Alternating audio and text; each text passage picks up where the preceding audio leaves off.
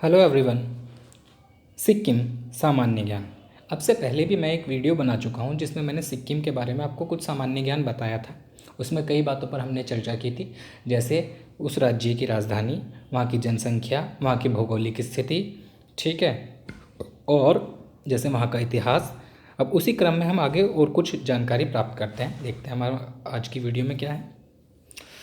तो बच्चों, जैसा आपको पता है, देखो ये हमारे भारत का नक्शा है और इसमें ये जो लाल रंग से दिखाया हुआ है ये स्टेट है सिक्किम हमारा, ठीक, जिसको यहाँ पर इधर भी दिखाया हुआ है, ये है हमारा सिक्किम।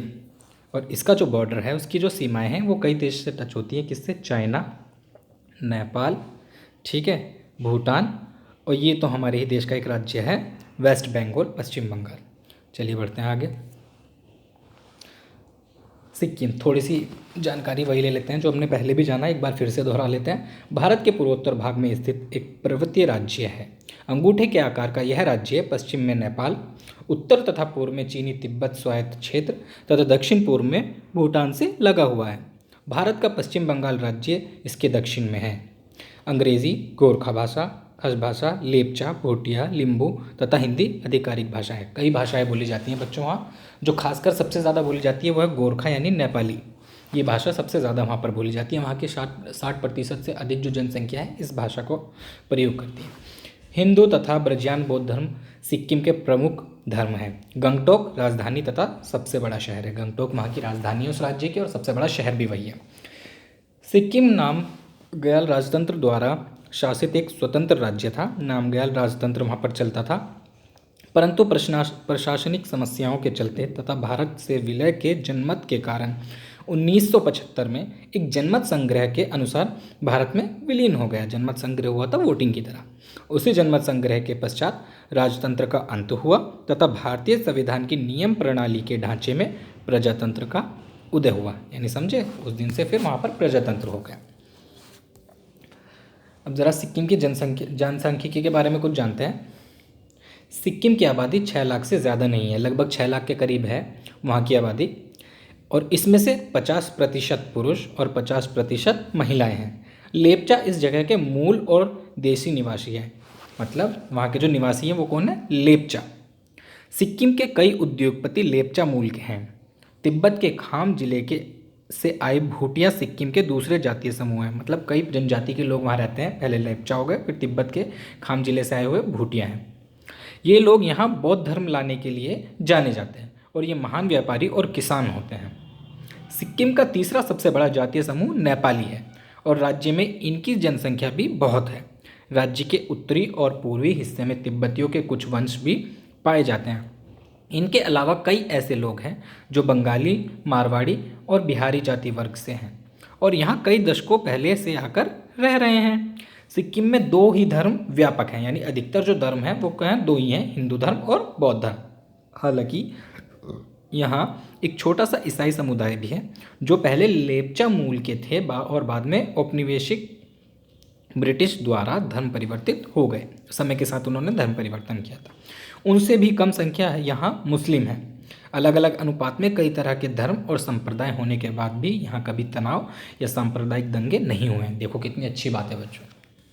चलो अगला टॉपिक लेते हैं, सिक्किम की कृषि के बारे में लेते हैं। तीस्ता नदी को सिक्किम की जीवन रेखा कहा जाता है, यानी सिंचाई के लिए सबसे ज़्यादा प्रयोग इस नदी के पानी का होता है। सिक्किम मूलतः कृषि प्रधान राज्य है, यानी बहुत सारे हिस्से में कृषि होती है कृषि।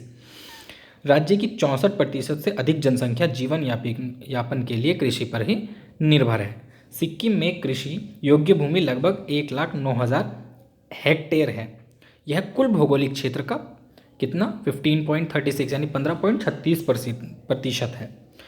कृषक सामान्यतः मिलीजुली फसलें उगाते हैं। कौन कौन सी फसलें उगाते हैं अब हम आगे जान लेते हैं।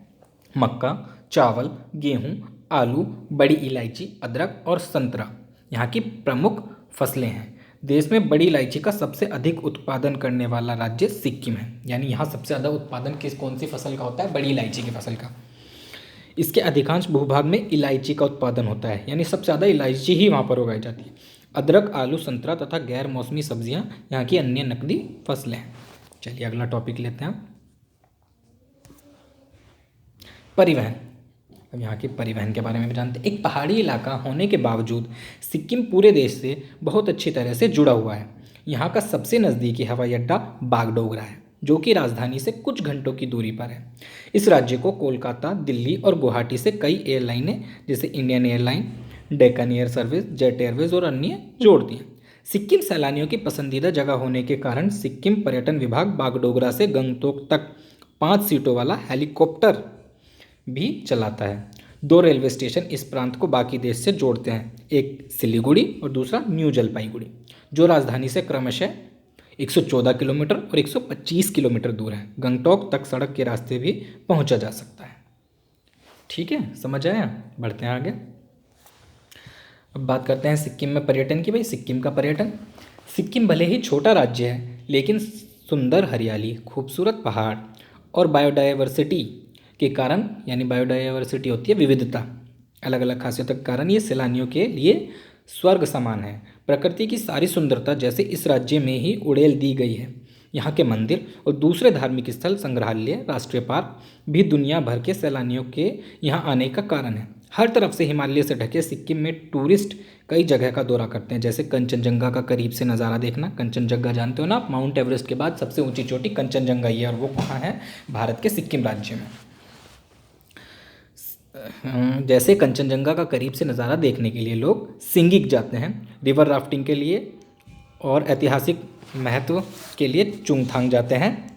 ग्रामीण खूबसूरती को देखने लोग काबी लांचुंग और बर्फ़ से ढकी घाटियों को देखने राज्य के उत्तरी भाग युमथांग में लोग जाते हैं। चलिए बढ़ते हैं आगे। अब सिक्किम के ज़िले के बारे में थोड़ा सा जान लेते हैं, वहाँ की भूमि के बारे में और ज़िले के बारे में। सिक्किम में मुख्यतः रूप से बेटा 4 ज़िले हैं। कौन सा? पूर्व सिक्किम, ठीक है, उत्तरी सिक्किम, दक्षिण सिक्किम और पश्चिम सिक्किम। जिला मुख्यालय कहाँ है? गंगटोक में है, पूर्व सिक्किम का। उत्तरी सिक्किम का मंगन में, अच्छा, दक्षिणी सिक्किम का नामची में, पश्चिम सिक्किम का गेजिंग में। जनसंख्या 2,83,583 कहाँ की? पूर्व सिक्किम की। उत्तरी सिक्किम की 43,709, दक्षिण सिक्किम की 1,46,850, पश्चिम सिक्किम की 1,36,435, यानी सबसे ज़्यादा कहाँ की है? गंगटोक की, इस पूर्व सिक्किम की, क्योंकि सबसे बड़ा शहर भी यहीं पर है, गंगटोक। देखिए आगे विकास दर देख सकते हो आप किस प्रकार है, लिंगानुपात, ठीक, और साक्षरता दर देखिए, ये बहुत इंपॉर्टेंट है। सिक्किम में 83.85, उत्तरी सिक्किम में 78.01, दक्षिणी सिक्किम में 81.42 और पश्चिम सिक्किम में 77.39। अगर हम बात करें वर्ग किलोमीटर की, क्षेत्र कितना है? पूर्व सिक्किम में कितना है? 954 वर्ग किलोमीटर, उत्तरी सिक्किम में 4,226, दक्षिण सिक्किम में 7,750, को केवल 750, पश्चिम सिक्किम में 1,116। बढ़ते हैं हम आगे। अब थोड़ा सा हम एक जायज़ा ले लेते हैं किस चीज़ का? इस चीज़ का ले लेते हैं कि हमारी जो भाषा है वहाँ पर सिक्किम में नेपाली भाषा अधिक बोली जाती है। तो देखिए, नमस्कार इंग्लिश में हेलो, और हिंदी में नहीं, नेपाली में नमस्ते। आपका नाम क्या है? हिंदी में बोलेंगे हम, इंग्लिश में व्हाट इज़ योर नेम, और नेपाली भाषा में क्या बोलते हैं? तपाई को नाम के हो। जैसे हमने हिंदी में उत्तर दिया मेरा नाम आकाश है, इंग्लिश में हम इसका उत्तर कैसे देंगे? माय नेम इज़ आकाश। और नेपाली भाषा में कैसे देंगे? मेरो नाम आकाश है। हिंदी में हम पूछेंगे आप कैसे हो, इंग्लिश में हाउ आर यू, और नेपाली में कैसे? तपाई कस्तो हुनहुंच, मैं अच्छा हूँ, हिंदी में हम उत्तर देते हैं। इंग्लिश में कैसे बोलते हैं? आई एम फाइन, और नेपाली भाषा में मलाई ठीक छ। तो ये आज की हमारी जो छोटी सी जानकारी देनी थी आपको सिक्किम के बारे में, लगभग ये इतनी है। आई होप आपके लिए यूज़फुल होगी, आप सभी इससे कुछ ना कुछ सीख पाएंगे। बाय।